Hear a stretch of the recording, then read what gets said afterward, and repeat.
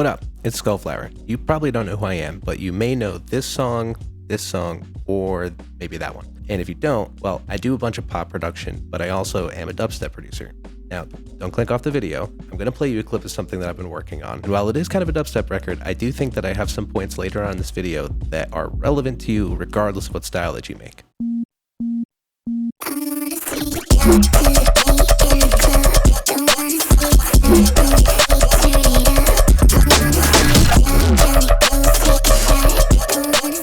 Okay, now that that's out of the way, I'm gonna go through some of my old tunes real quick, kind of show the progression that it takes to get somewhere to like make something like that, because it's not an easy path and it takes a lot longer than you'd expect. But anyway, quick editor's note. The rest of this video, I had a bit of a rolling shutter issue, so just pretend that you didn't see that. So I reshot this intro because I kind of wanted to give a bit more context to like who I am before we get into this, because otherwise, why would you care about my old music? But with all that out of the way, I'm just gonna roll the footage that I had before, now that you got a bit more context, and hopefully you like what you see. So let's get into it. So basically my goal for this episode is to show you some old songs and some things from, early on in my career all the way up until now, where I feel like I've finally gotten to a place where I'm like very happy with my results. Yeah, I think that this might be beneficial to kind of show that everybody has a path that they take and everybody starts somewhere and gets somewhere else. I figured the best way to show that would be to show you these old tunes and kind of go through the mentality at different stages of my production journey so far. So let's hop into FL and take a listen to some old music. So the earliest tune that I could find was from 2012. Now, I had some hard drive issues before that, and I've lost a lot of earlier stuff. So my very first FL project, unfortunately, is gone, but I can assure you it was not great. 2012 was where we're starting our journey. I'm just going to play a little bit of this. It's not amazing, but this is the beginnings.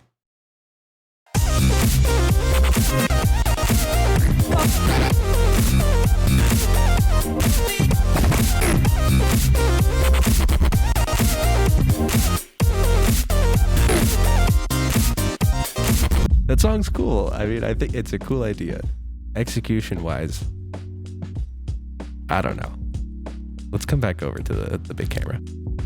Yeah, execution-wise, I don't know about that one. Mostly because the drums are all squashed. It sounds all messy. It sounds, it's like I'm trying to fit like a gajillion ideas into one thing. It's like, but it's kind of cool. I mean, that was kind of the style around the time. But the drums sound very not good. Creatively, I like it though. And it honestly is a lot more creative than some of the later stuff in this category. And that's a trend that a lot of people find when they're going through their creative journey. You go through this arc of like super creative and technically inept to like getting pretty good at the technical stuff and creatively having issues. And then you'll see as you get further along. But yeah, I have a soft spot for these old songs, even though this isn't something that I would make now. This isn't something that stylistically fits me as a person anymore. It has merit in the sense of like, this was me really trying to accomplish something that I had in mind. And what I was trying to accomplish was I'm trying to copy Mord Fustang in 2012 and put some more aggressive basses in there. And that was the whole goal. I was like absolutely obsessed with Mord Fustang's records. I'm like, dude, this guy is a legend. All I wanted to do was to make some music like that. And was I interested in being original? Yeah, I mean, kind of, but it was more about like, I like that song that he had and I want to do something like it and then put a little twist on it, like just a little squeeze of lime or something. So I think I accomplished that for the most part, but I don't think that it sounds very good. But I'm being very harshly critical on my own technical ability. I was in high school, man. Like I didn't have tons of experience in this stuff. And I think that that's what makes it so much more like enjoyable for me to go back and listen to this. But anyway, on to the next one.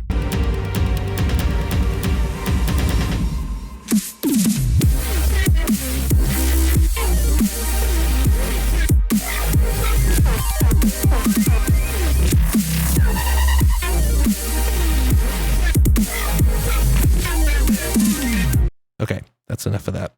The thing with this one is, again, it's another like cool idea. And this time, instead of copying Mord Fustang, I wanted to copy AU5. But the thing here is I started to like learn more about technical stuff, and I started looking online and watching YouTube videos, and all I saw was stack layers, layers, layers. That's how you make things big. And if you could hear in that, there's a ton of layers. There's super saws on top of basses with there's like another layer of another bass in the middle, and it's just crash cymbals everywhere, and there's literally so much stuff going on that may sound kind of cool.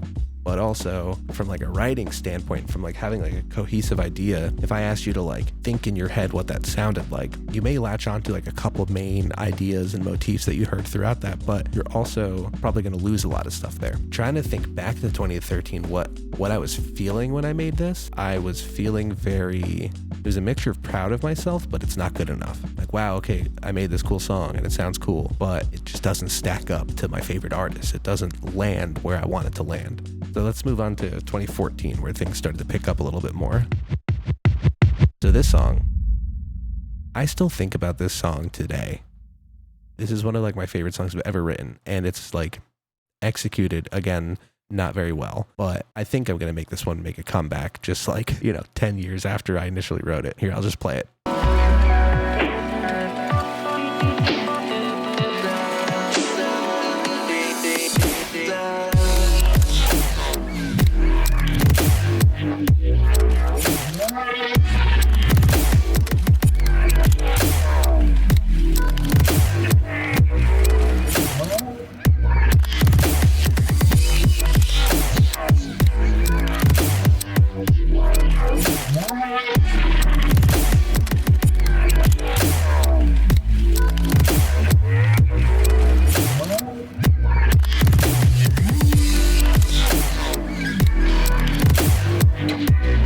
Okay, so the thing with this song, the song's called Feathers, by the way. I feel there's a little bit of context. Toward the end of 2013, I had stumbled across an album called Dreamstone from an artist named Sorrow. And at that time in my life, when I found that album, I was down really bad. Like, there was a lot of things happening in my life outside of music that were really taking a huge toll on my mental health, and just other things that were going on that just weren't great. But I found that album, and I was kind of at a crossroads where I was in university for one thing, and music had always been like super, super important to me. And it was like, I'm not good enough to do this as a real musician. I can't try to like go make a career out of this. Like, this is ridiculous. I know that it's the one thing that I think about, but there's no way that's sustainable. I can't do that for a job. I heard Dreamstone, and something kind of like clicked for me where I'm like, all right, well, I'm like, not going to be here forever, and why not? Let's just go for it. The sounds on that album were so organic, and it was like this like weird place in between the music that a computer can make and the music that exists like from acoustic instruments. But there wasn't anything like blatantly acoustic about it. There also just wasn't anything like blatantly electronic about it, I guess, from like a textural standpoint. And that was like a balance that like existed somewhere between like the two worlds of music that I had listened to all the way up until that point. And it was so crazy to me and mind-blowing and completely paradigm shifting. And I'm like, I want that. I want to figure that out. If I can do that, I'll be happy. I started like, recording some of my own sounds, some Foley, some, just stuff that's out there, the stuff I had around my dorm room at the time, voice memos of like my guitar with other stuff. And there was just a different approach to things. But I also fought with this song so hard because I couldn't get the mix where I wanted it. I'm like, the technical stuff is just killing me, man. So I felt like I was like stuck in this like middle ground, and I'm like, I'm like an intermediate producer. I know what I'm doing. But also at the same time, didn't feel like that on the inside. There's a huge amount of imposter syndrome going on here. But because I like felt so much of that at the time, it also distracted from the fact that I've literally never heard a track like this before or since. And like, I don't know, there's something really crazy about this to me. You could say that it's like not that crazy or anything, but to me personally, it really means a lot. As much as I like hated this song at the time, 10 years on, it's a big turning point in my life career-wise and stylistically and aesthetically. And there's a lot packed behind this song that I could not see at the time. And I definitely needed that gap of time to really understand that this was super important for me. But yeah, so let's go on to the next one. So this one's 2015.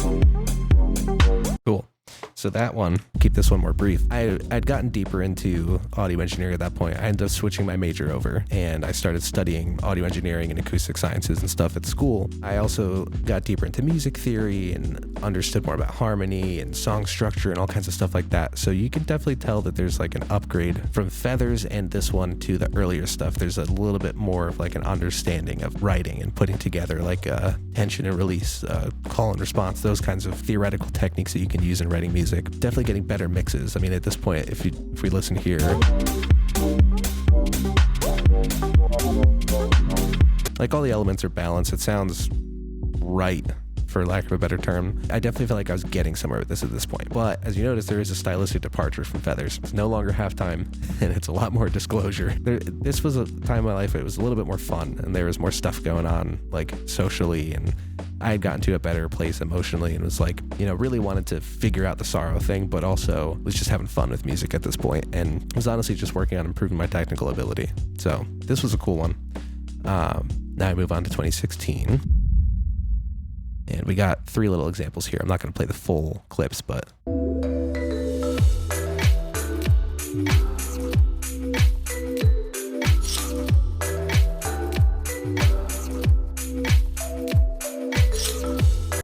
there's that one.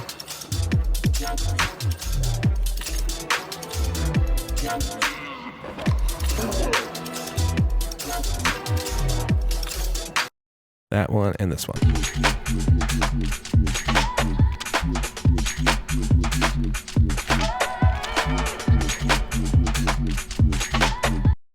Okay, I don't like any of those.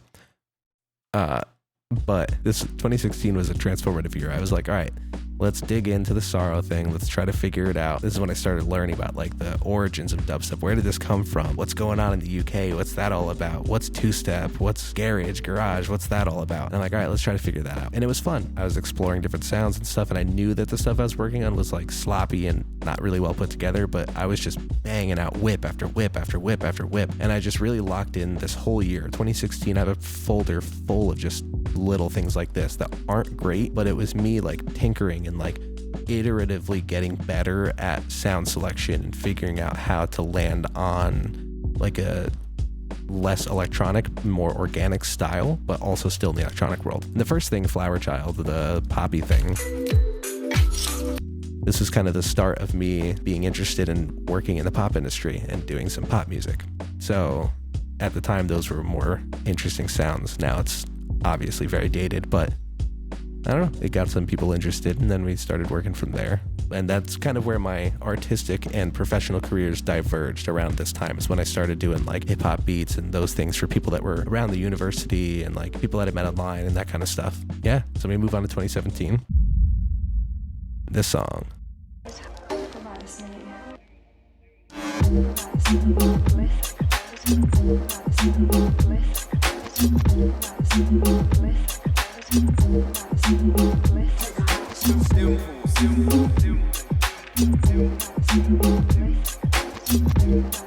Okay, all I can say, if you've ever heard that clip before on SoundCloud, yes, I used to go by Dakin. Yes, that is off of Pariah EP. Yes, that will come out eventually. I love this song. This was another huge turning point for me. This was one of the first songs that I made off of an old EP called Pariah. There's 5 songs on it, and they're all like in that lane. I had this brain blast idea of like, oh dude, what if Sorrow hung out with Jay Dilla? And I'm like, this is cool actually. And I explored that, and I wrote this EP, and I got like a lot of love for it online at that time. I ended up not releasing it because again, I was just still in my head thinking about the mix, thinking about technical stuff. It sucks because, listening to this now years on, I'm like, hey, this doesn't really sound that bad actually. There's obviously some things that I would change, and I did change some things.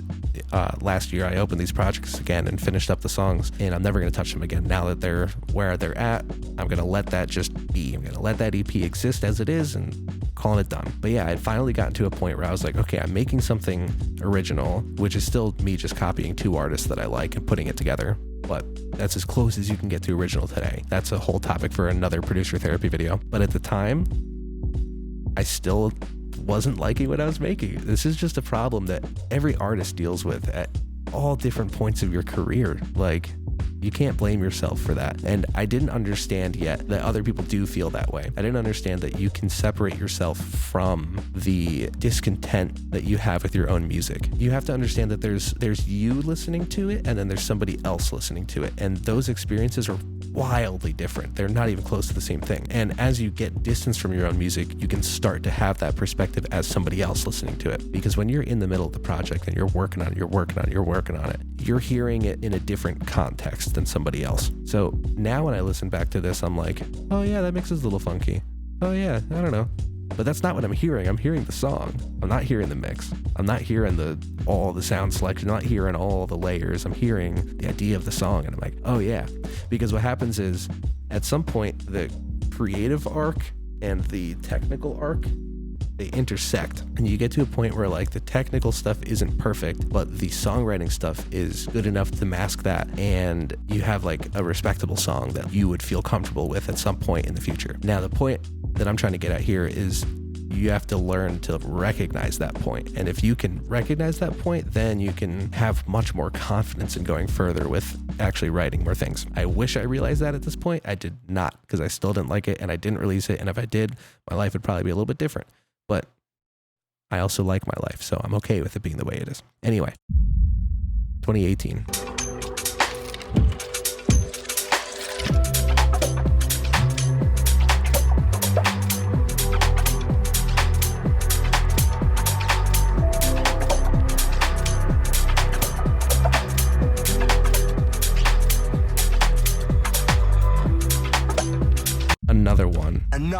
Another tune that should have came out that didn't and will. I was again at this point where I was like, oh, it's still not good.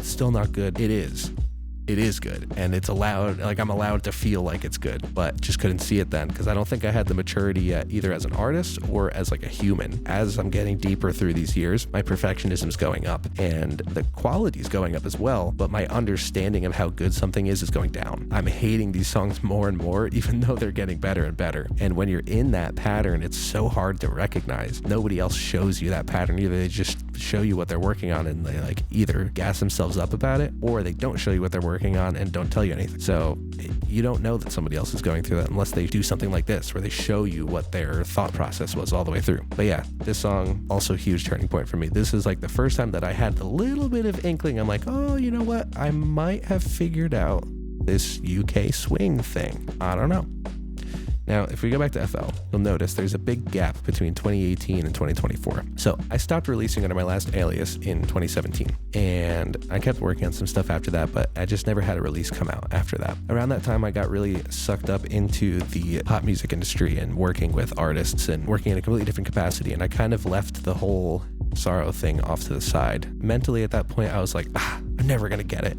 This is a worthless cost. Even though I had devoted years to it at that point, I was like, I'm never gonna be good enough for this. And I had opportunities in front of me anyway. Stuff that didn't come through college, but stuff that came through just having stuff around. You'll notice that like if you're on an upward trend and you have stuff out and you have things ready to show people, it's not luck, it's about being prepared at the right time, at the right place, and all those things converging. That's kind of how I started to get into pop. But I started working with other artists and things started going well, and I was making a little bit of money, and not enough to quit my job, but like enough to be like, okay, this might be viable. And things started going from there. So I ended up just kind of throwing away being an artist all the way from 2018 up until honestly last year or so. So I'm not going to play anything from those times because that's other people's music that I worked on, and that's a whole different thing. I did make a lot of improvements technical wise there, and I did learn a lot about song structure and arrangement, how to hook people, those kinds of things that are, less interesting in like a mental health aspect, but those things were definitely useful. And then I came back to it with a completely different mentality after I kind of like stepped away from the pop music side a little bit. I'm still doing all that stuff and it's still very interesting to me and I love doing it.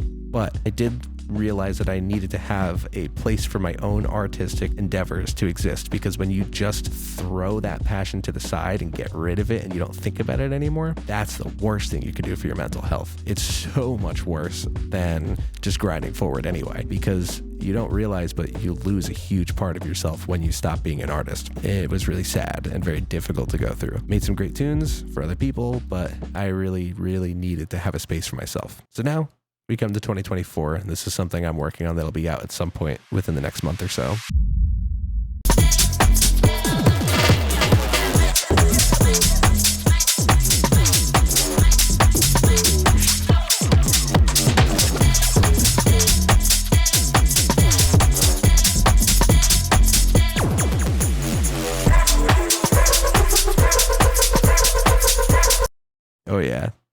this guy.